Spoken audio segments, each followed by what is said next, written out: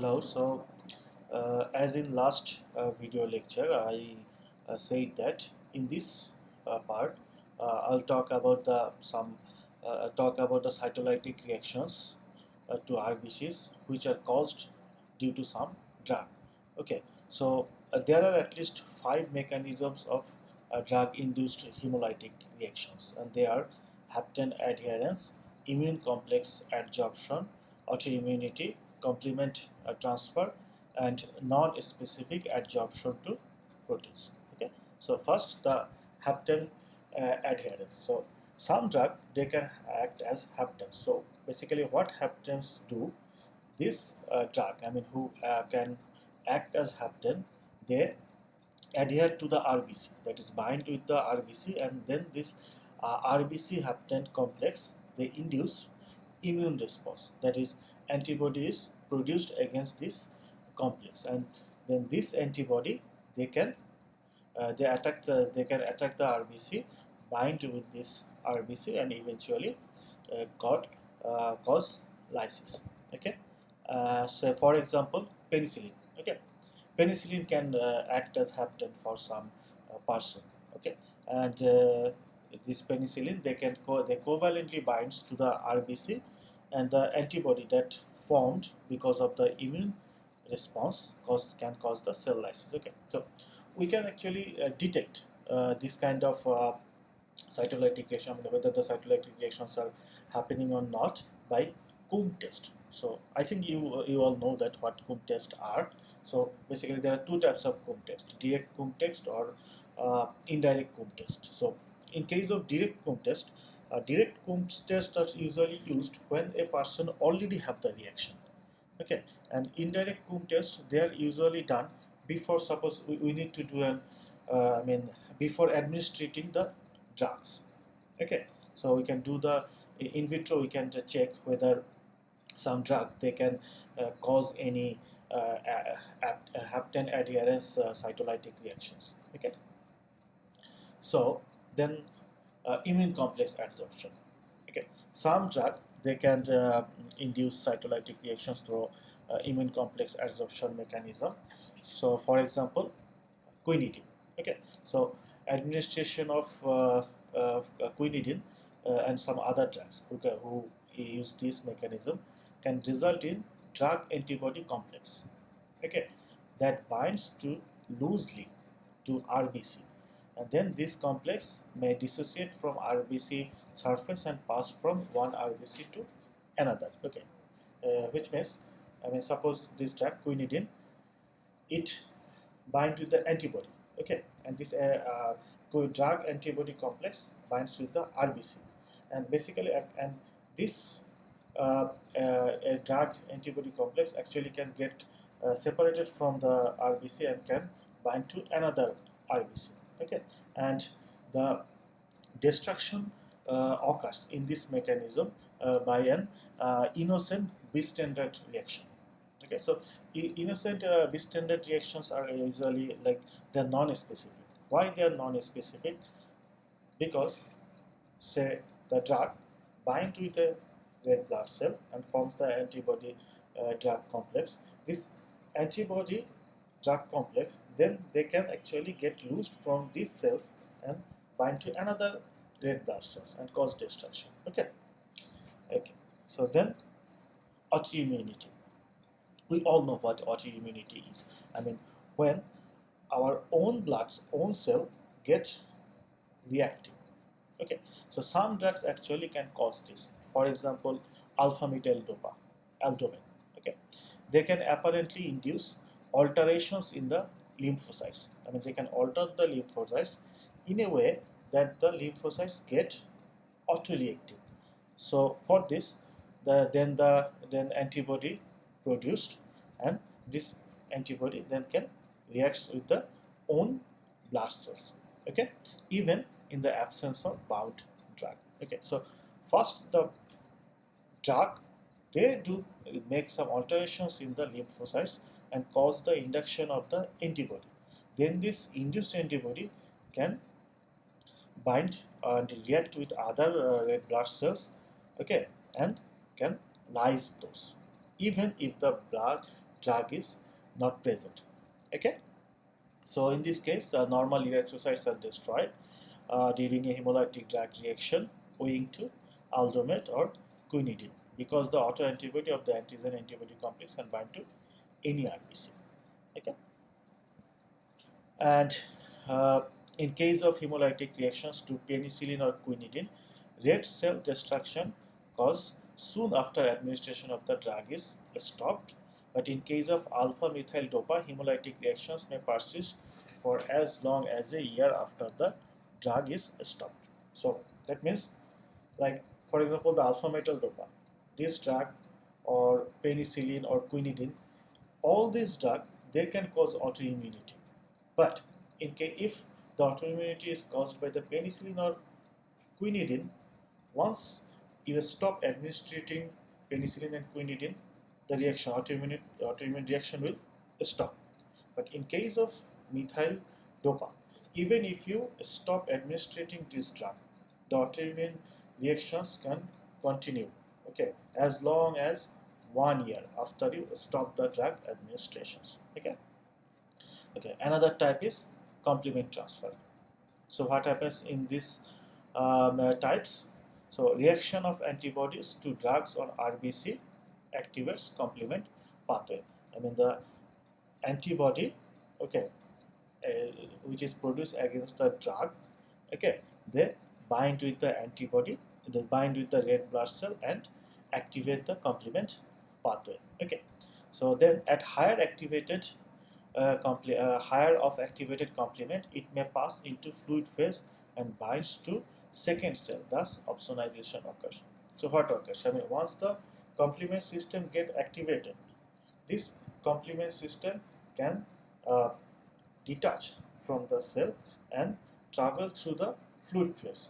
We know that our blood is fluid, right? So this complement can freely move in our blood, and they can binds to a second cell, a third cell, other cell, okay, and cause the cytolytic reaction, which will lyse the blood cells. Okay. Okay. Finally, the fifth one, non-specific adsorption of proteins. Non-specific adsorption of proteins. Some drugs, for example, cephalosporin, they can cause blood cell lysis through non-specific adsorption. So what happens?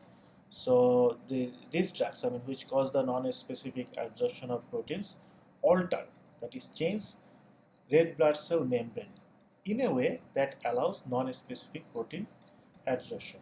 I mean, these drugs change the cell membrane of the red blood cell in a way that this red blood cell, then they can non-specifically bind with some other protein, that is antibody. Okay. So that's why in this case the patient may give positive COM test without hemolytic anemia. I mean, even though they don't have the hemolytic anemia, if we do the COM test, the result can be positive. One example is written here. So, like for example, the dialysis patient, I mean, who needs dialysis. During dialysis, their RBC, they absorb formaldehyde. Okay, so that's why if we check by using anti-formaldehyde antibody, this antibody is bind with the RBC and give a positive results in the COM test. But actually they don't have any anemia, right? Okay. Anyway, so in this next two slide, I mean this slide and this slide, this actually summarize and visualize in figure the mechanism, this 5 mechanism of drug-induced cytolytic reaction. Okay, so please study these figures carefully. I'll just go through. Okay, so the hapten one, what happens? This is the drug, this is the RBC. The drug is absorbed in the cell membrane of the RBC.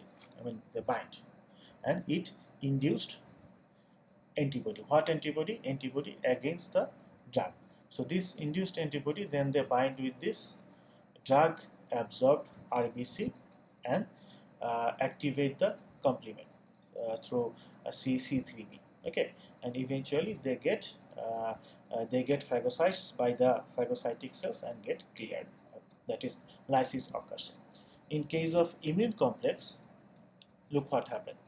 Drug, they bind with the antibody, and this drug and antibody complex, then they bind with the red blood cell, okay, and cause the activation of the complement system and get lysed. Okay, so see the difference in the hapten case, drug bind with the red blood cell first, then the antibody come to the scenario. Okay, but in case of immune complex, first the drug bind with the antibody, and then this complex bind with the red blood cells. Okay, and in case of autoimmune, the drug, they basically bind with the our immune cells. Okay, so look what happens. Say for examples, this is the drug. Okay, this drug binds with our immune cells like B cells, T cells, and these cells, B cells, T cells, we know that these cells produce the antibody. Okay, so they produce autoantibody against which? Against the own antigens. Okay, and then this antibody can bind with the own antigens, they bind with the cells, our own body cells which contain those antigens, and eventually cause the activation, that is the cytolytic reaction. Okay, and in case of complement transfer, what happened? Drug, it binds with the RBC, okay, then induce antibody production, then this antibody binds with the drug absorbed RBC. Okay, then they activate the complement system and the cell gets lysed. So what's the difference between the hapten one? Okay, the same thing is happening here, hapten one, right? Drug bind with the RBC, and this antibody absorbed RBC, they induce antibody production, this antibody bind with the this drug absorbed RBC. Okay, and eventually the complement system gets activated and lysis occurs. So until this one is same in case of complement transfer, but what's the difference in case of complement transfer? This complex, the activated complement complex, they can get removed or loosed from this RBC and bind to another RBC. Okay, and activate the complement system as the cytolytic reactions. So this is the main difference between the complement transfer mechanism and the hapten mechanism. Okay, so okay, finally the non-specific protein absorption. So what happens? Drug bind with the blood cells, okay, and they change the blood cells in a way that they non-specifically they non-specifically bind with antibody. Okay, usually we know that antibody and antigen binding is very specific, but in this case, basically the drug changes the blood cells. Suppose a blood cells which don't have the antigen to bind with the specific antibody, but this kind of drug, they can change the cell in a way then they express the antigen which bind with that antibody. Previously they didn't have that antigen. Okay, that's why it is actually called non-specific protein absorption. Okay, anyway, so these were the summary of the 5 mechanism of drug induced cytolytic reactions. There is another table. This table actually is also a summary table, okay, which summarize the details mechanism. So like for example, in case of hapten type, what is the mechanism? Antibody reacts with drug on cell membrane, okay, and they induced production of anti-IgG. And the example of a drug which can use this mechanism, I mean which can cause cytolytic reaction through hapten, is penicillin. So an immune reaction, in case of immune reaction, the antibody drug complex binds to the cell and anti-complement C3 antibody is produced. Example drug is quinidine. Okay, autoimmune, antibody reacts to autoantigen, anti-IgG is produced.